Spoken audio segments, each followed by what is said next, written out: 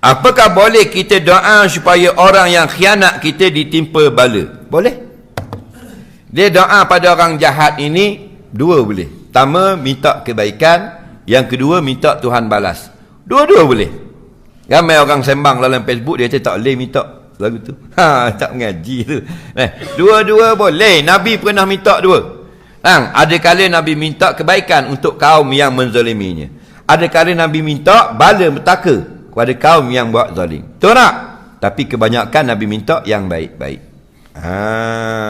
Harus minta yang itu doa kunut nazilah. Doa kunut nazilah tu minta Tuhan binasakan musuh-musuh agama. Betul tak? Bukan minta Tuhan bagi mereka bering. Itu bagi kunut nazilah. Minta Allah binasakan. Dammiril kafirin wal munafikin. Contoh. Ya Allah, hancurkan kumpulan kafir dan munafik ini. Itu doa.